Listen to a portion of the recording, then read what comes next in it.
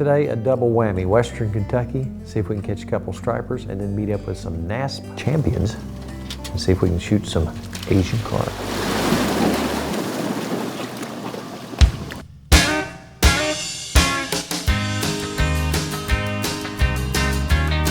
The thing is about a good pork though, if it's got the good fat on it, it adds the taste.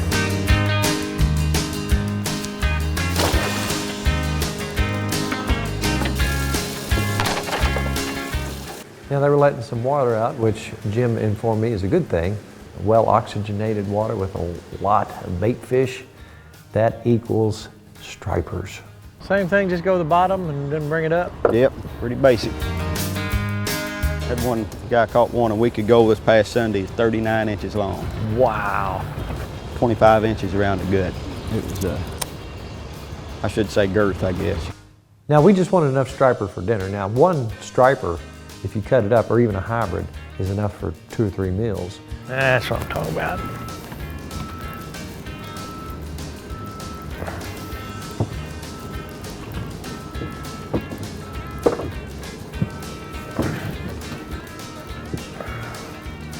Don't feel real big. He just didn't know he's caught yet.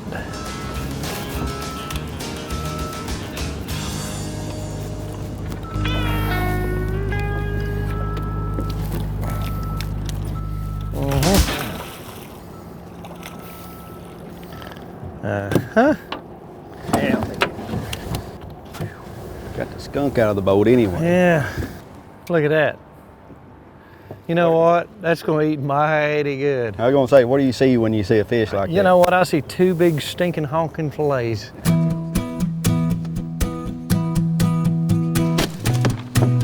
What's going on down here into the world, down here in paradise? A lot of good fishing. We've had a good year so far. Got some good stripers? Caught some really good striper. Best we've had in probably the past 4 or 5 years, I guess. So you said you caught one the other day, 39 inches? 39 inches. That's unreal. It was, I didn't actually catch it. The guy that was fishing with me did, so. I was a little bit jealous, actually. Yeah, I guarantee. I mean, you're on these waters every day. Asian carp, you see more or less same? Here below Kentucky, it seems to be about the same. We've maybe even some less. I think this commercial fishing may have helped us a little bit. Well, that's a good thing. And our bait fish seem to have been coming back good this year. Now, bait fish makes or breaks you, doesn't it? It does, very much so. Without the bait fish, we're not going to have any predator fish. I plan on keeping this one.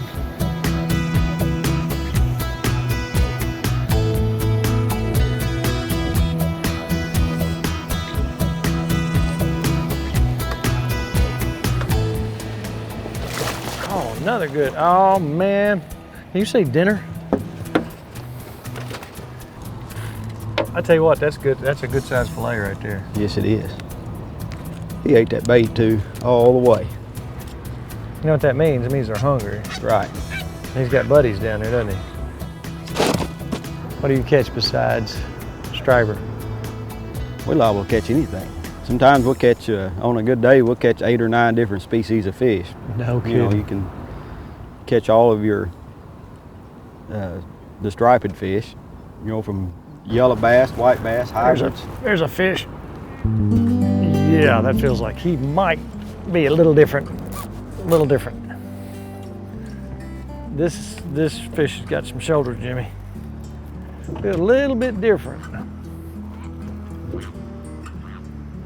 No, I think you've done good this time. Think you got a little bigger fillet going on here? He sure feels different.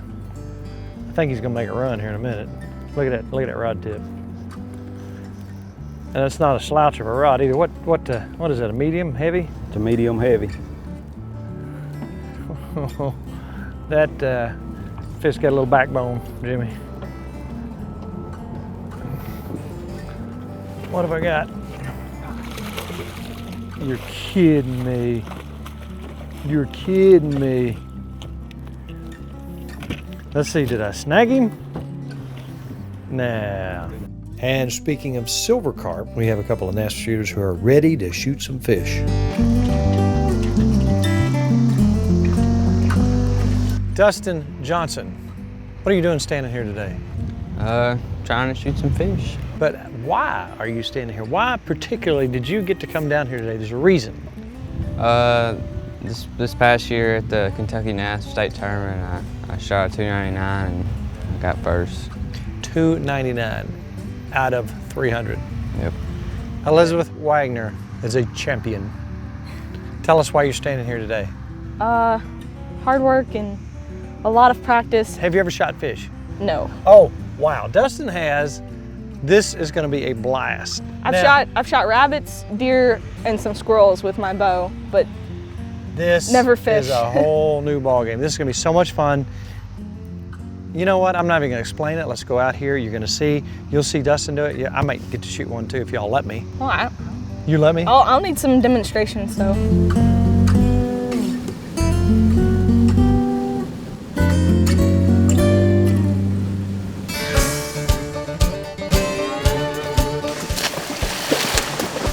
You got some air time.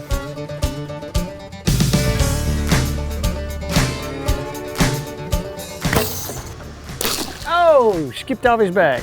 He shot a gar. If they're really low in the water column, you might have to adjust, but a lot of these are gonna be right on top, so just shoot right at them. Got it. Make that adjustment. Once you start doing it a couple times, your mind will kind of take over. But these are gonna be fairly shallow, so just shoot right like you're shooting one of your targets.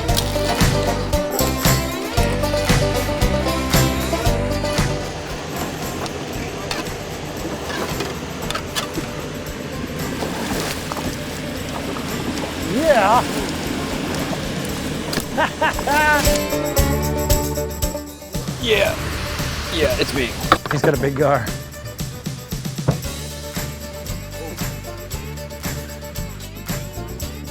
Oh, you did shoot a big gar.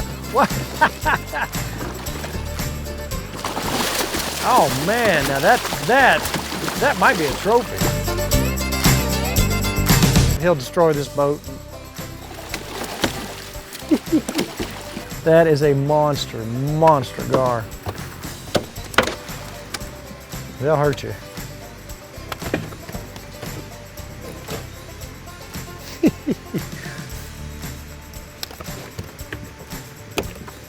Look what a gar. Hold that up. Get a shot of that. That's a trophy right there.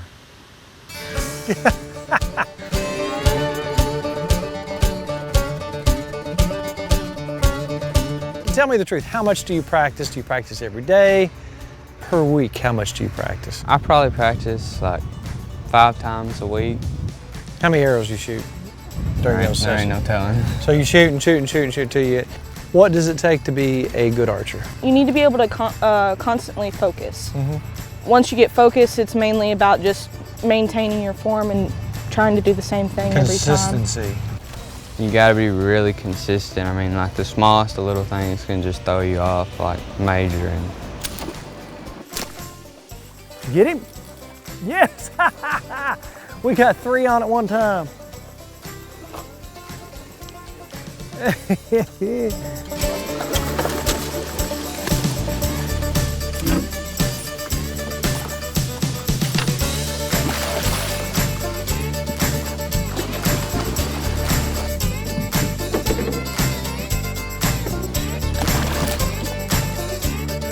What do you think about this first time shooter? First time I've hit 2, so that's not horrible. Did you have any idea there's so many fish up in here like this? I knew there were a lot of fish up here, and my brother always talks about catfish as big as Volkswagens, but I've heard that story.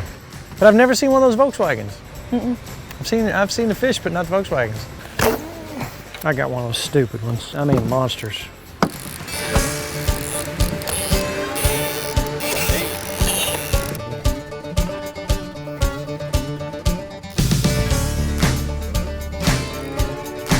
They're a whole different critter.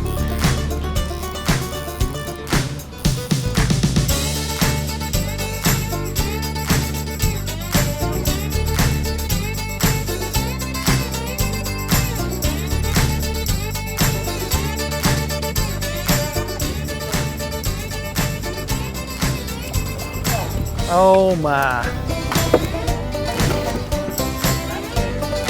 That's a big, big head. I'm starting to believe the Volkswagen thing.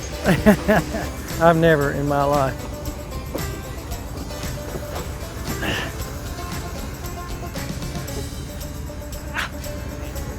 That thing's almost 5 feet. That thing's over 5 feet long. It's the biggest fish. People do outdoor activities they've never done before. And in this instance, Elizabeth, I could watch her face and tell she was into this. She was having a whole lot of fun. Now, she'd done some hunting with her bow. I think we stepped it up a notch when she went out on the water and saw these great big fish in massive, massive numbers. Good day? Very good day. I'm telling you what. Have you ever seen a fish like this? Not like that one. You know, I saw that fish in the water and he started to go deep, so I followed the line, I shot, and it managed to stick him. That's unbelievable. Now, look at your camera right there. All your friends who are doing this that are not hunting, tell them what they're missing. We're missing a lot. I mean, it's something to do on a day-to-day basis. There's something in season year round. There is. Whether it's squirrel, have you ever shot a squirrel with a bow? No. That's something you can do. I mean, there's no limits here. So you would, you've done this before and you'll do this again, right? Look, big head right there. Oh yeah, you'll get that one. These are folks who have taken their archery skills and taken it to the next step, taken it to the outdoors. If you say, well, I don't have a boat and I don't have this and I don't have that, guess what? There are plenty of guides out there like Jim Doom who are willing to take folks out, who will get them into the areas they need to get them into, to get them shooting fish, to get them hunting rabbits, to get them hunting deer. That's the next step, and our youth need to figure out what conservation is all about because we pay the bills. How do these things have? Uh-oh, here we go, here we go, here we go.